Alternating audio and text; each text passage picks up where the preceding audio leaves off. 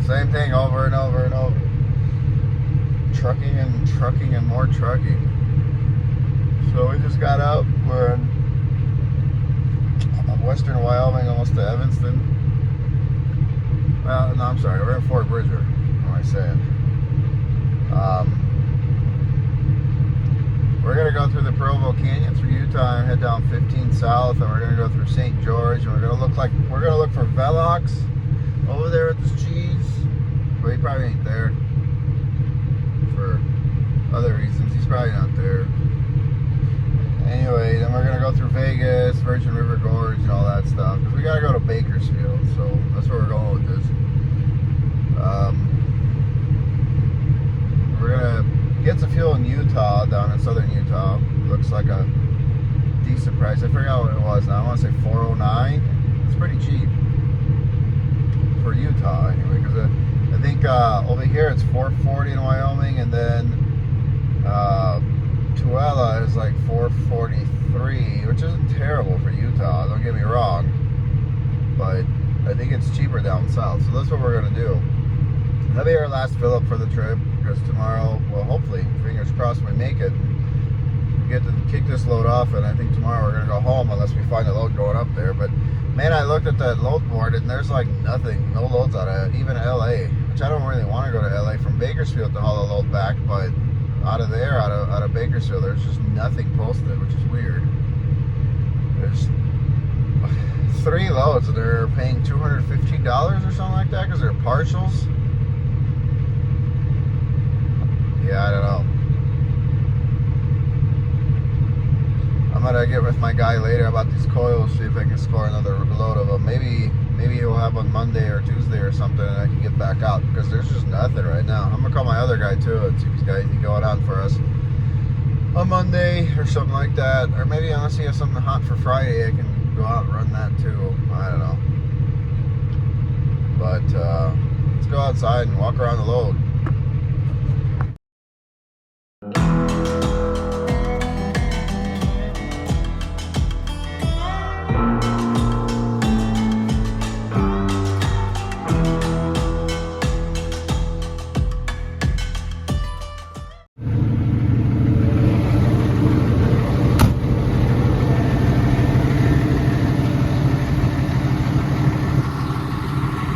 Gotta love a clean truck. Gotta love me a clean truck. I love it. Load's riding pretty good. We had to tighten that one binder over there. This guy here. This snap binder. Yeah, throw those in the trash. And they have their purpose. So, you don't need to be like overly tight, you know, but tight. You don't want to break these D-rings off these trailers or these chains. You don't want to stretch them and stretch these guys. I mean, it's not like, you know, you don't want them flopping going down the road, but you don't want them too overly tight on this kind of load either. But it's riding all right. Pretty light, nice load, like it. If they're all like that, make a lot of money. Get all that fuel mileages. Sun is up.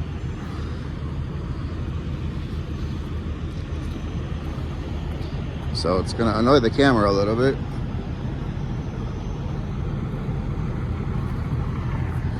Shiny wheels. Those pumps are kind of cool. So I guess what they did with those pumps is they refurbished them. They refurbished the trailers where I picked them up, and they put these engines in and refurbished these pumps. Now these engines are, I forgot what tier they are, but they're like a tier 4. They had to get rid of the old ones because they're carb compliant. And if you look at this whole thing underneath here, that whole deal here, that's the fuel tank. It's pretty big. So those little engines are kind of cool. They're John Deere's, the 4 cylinders, and that's a pretty decent sized turbocharger on them. Now that, you can see that's a common rail. So that's a high pressure fuel system and a burn cleaner. Supposedly this engine's really, really quiet. I don't know what the specs on it are, but if I a bet man, I would say it's at least a 2.5 liter. It's a fixed vane turbocharger, and it doesn't have a DPF, it doesn't have EGR, and it's a common rail, but it's California legal. So I guess that's what they were doing out there. I guess they put all new tires on it, they sandblasted these trailers, and because you see they got California tags on them, which is weird. I was like, no, these aren't like just built. And you can tell they're not just built because these trailers look older. But the company's called Rain for Rent that it's going to, so kind of a cool little load. I like little engines like that.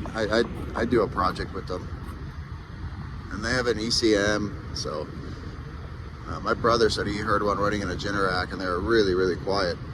I'm just surprised it has no EGR or DPF on it, but I guess it's small enough where it doesn't need it. But I thought that anything over 30 horsepower or something like that in California had to have emission systems on it, and I'm pretty sure this has got to have over 30 horsepower. It's a pretty big pump it's driving. But yeah, that's quite the turbocharger up there. It's not too small.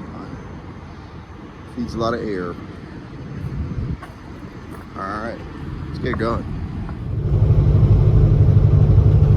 That's not a bad average for a large car. I'll take that all day long. I think it's doing a little bit better after fixing that manifold leak, so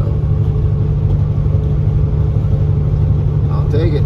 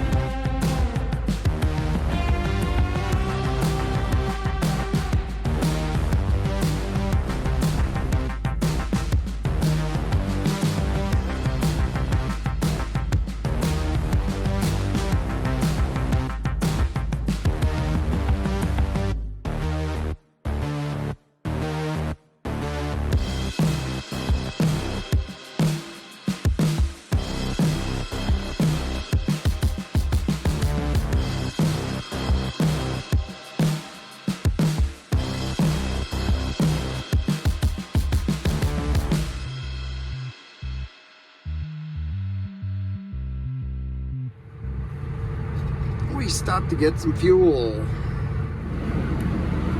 So we'll hop out and check out our load real quick while we're waiting in line.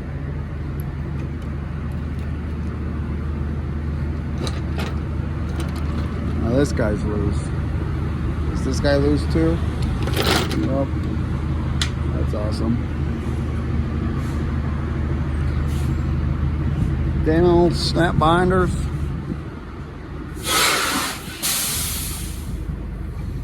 Snap binders.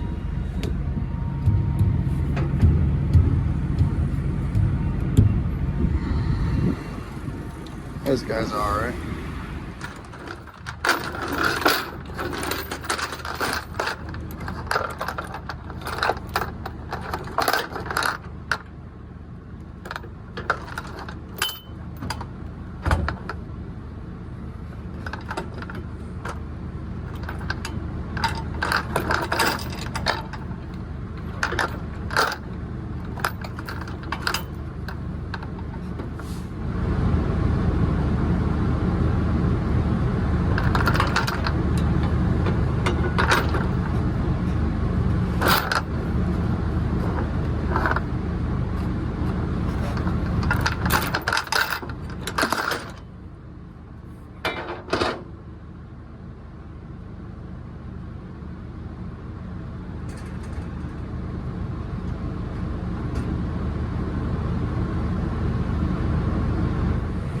First take two, but you know what, guys? I have to apologize. I've already fixed it.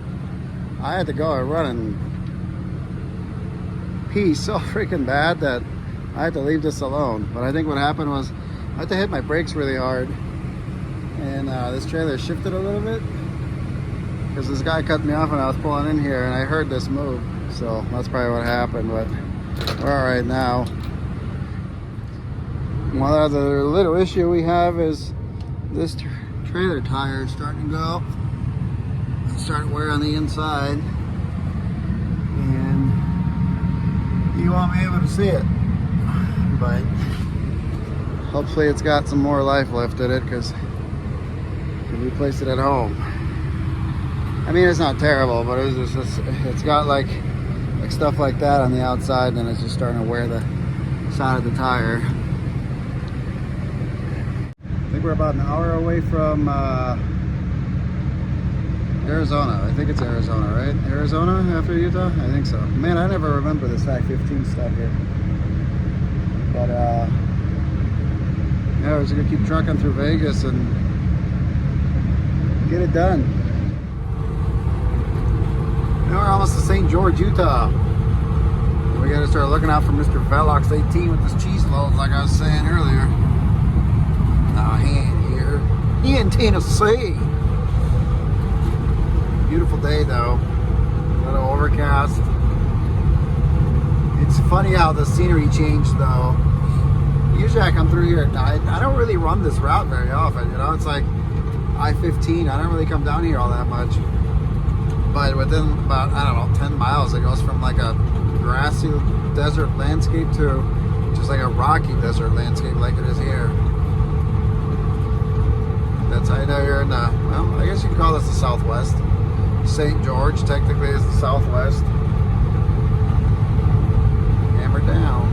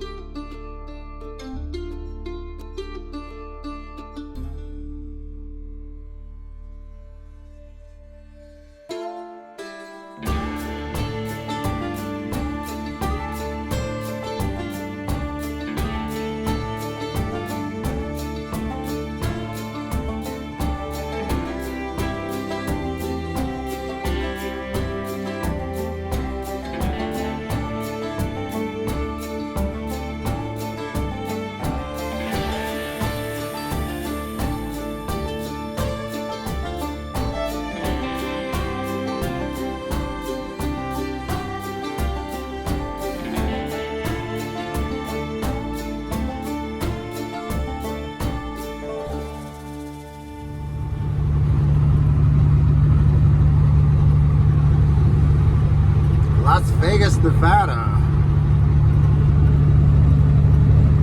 It's only 92 degrees out. It's kind of kooky.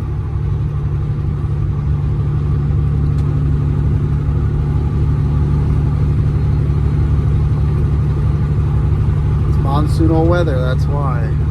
Got hit with some winds earlier, got hit with some rain off and on earlier. I think the truck still stayed pretty clean though. Maybe that West Coast rain is cleaner. I don't know.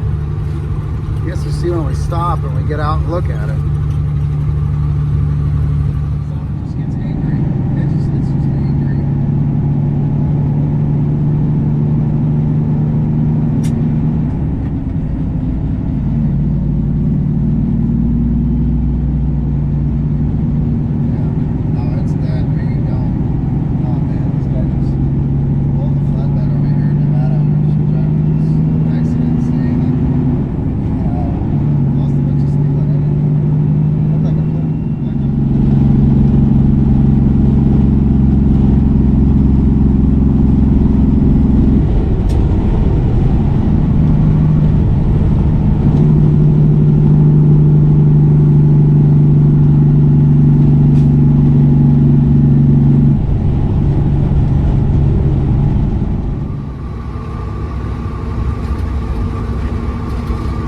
We just crossed into California. Quite the flooding there from the monsoons.